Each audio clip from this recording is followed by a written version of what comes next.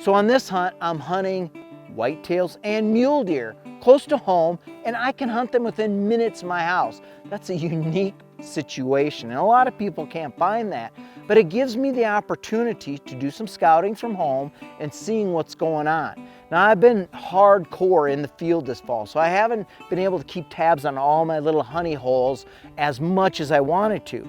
But when I come off a recent hunt and went into scout mode, I was pleasantly surprised by one brawny buck. And I had a couple of nicknames for him. I like to nickname deer just like the Lakoskis do down in Iowa. But this deer here, my nickname, well, actually I had two. It matched him perfectly. The first one, Hank the Tank. This buck was just a tank of a buck. A mature, big-bodied, big-necked brute. And my other one, well, it was Norm. Norm from Cheers, because he had that old beer gut just like, well, a few of those characters from Cheers had. It didn't take long for some deer to show up. Within an hour of setting up, I was surrounded by at least a dozen mule deer, doe, and fawns. Now, that can seem kind of exciting. You got something to watch, something to do. The deer are browsing. Some of the fawns are starting to get weaned off, so the moms are kicking them, getting them away from them. There's a little bit of fighting between the doe groups. But it's also nerve-wracking, because if they surround me and get downwind or actually see me, they could blow my whole cover.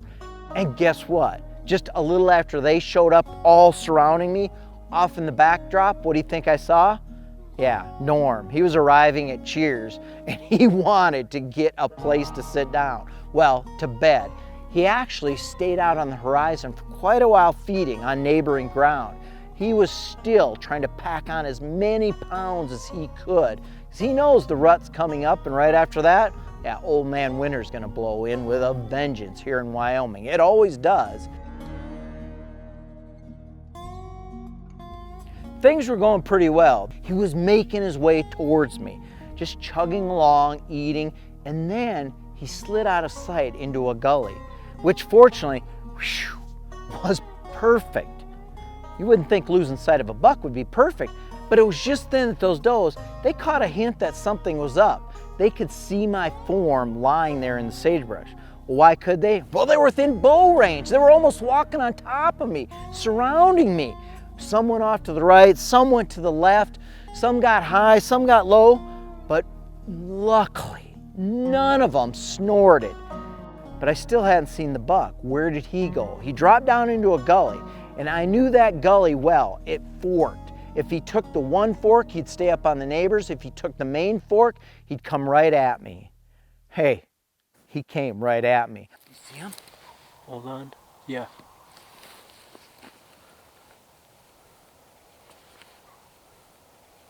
So by the time I got lined up and ready to do the Kayser coyote bark, he was already through that gap and out of sight. But I knew he was going to pop up again just off to my right. And there I saw antlers. Yep.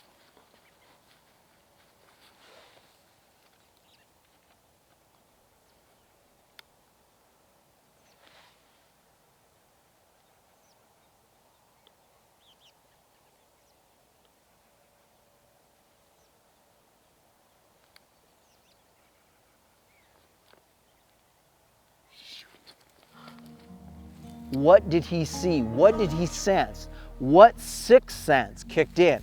Now, I didn't have a shot there.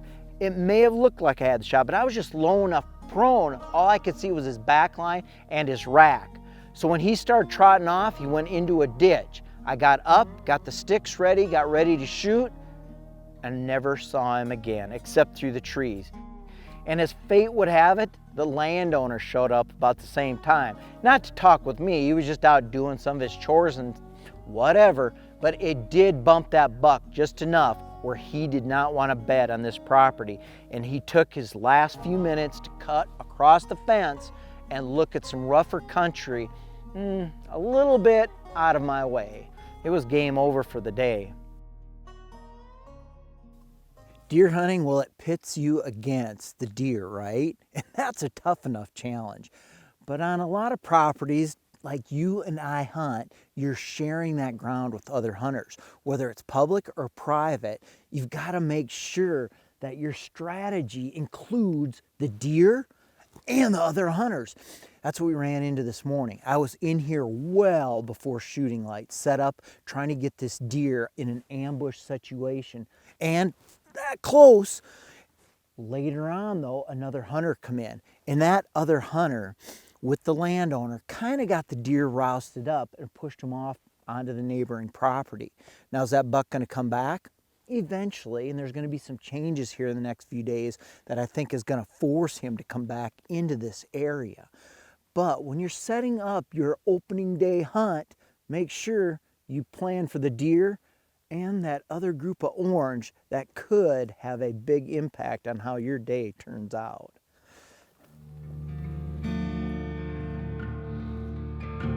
The wind switched the next morning. There was some cloud cover. Things were just a little different.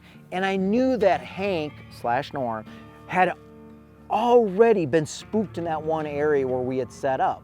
It was a good ambush spot. I really liked it. Prone, sniper-like. Man, I love those spots. I set up again, even earlier than the morning before. I wanted to make sure, because I had seen him during scouting come through there at some pretty early morning light when there was barely just minutes into shooting light. He was already on that mesa. And of course, a couple times I've seen him come across that mesa an hour after sunrise. But I wanted to make sure today, if he had any nervousness, that I was in position well before he had arrived. Well, it wasn't soon after that, and I saw a big-bodied, burly deer headed toward the fence from the feeding field.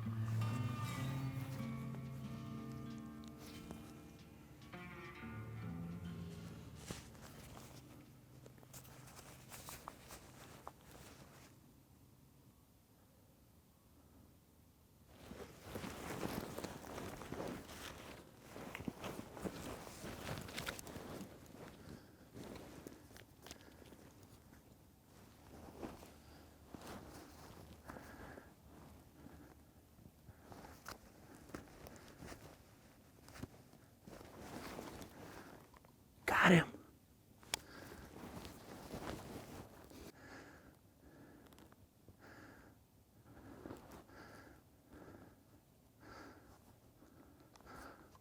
Woof.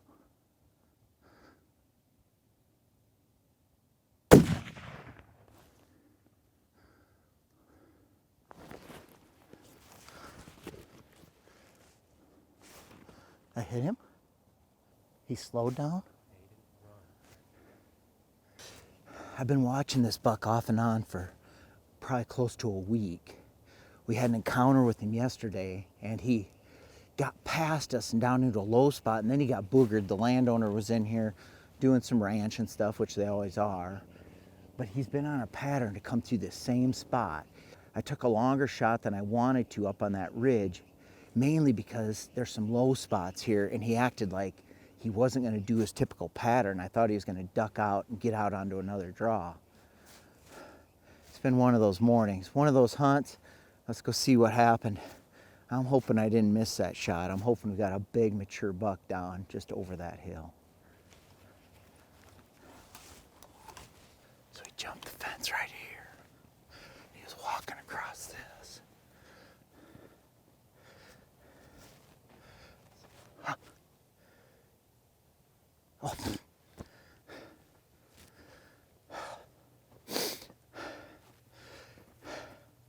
It's always good to have a cameraman along that's younger and has better eyes, because I'm getting ready to track this deer right here.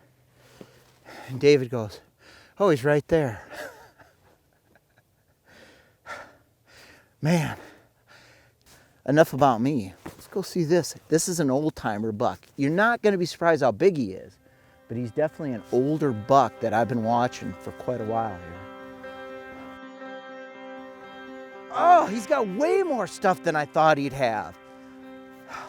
Mass. He's got a kicker up here on his G2. He's got 2 kickers and bladed up here.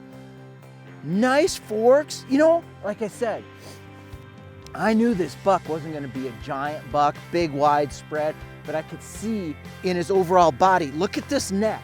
None of these other mule deer we're hunting have a neck like this. And look at this. Potbelly pigs, they are jealous of this potbelly right here. That deer has a deer gut, a beer gut, a deer gut, a potbelly, a big old head on him. Look at that Roman nose, broad skull, great mass. All the way up he carries his mass, and I knew that.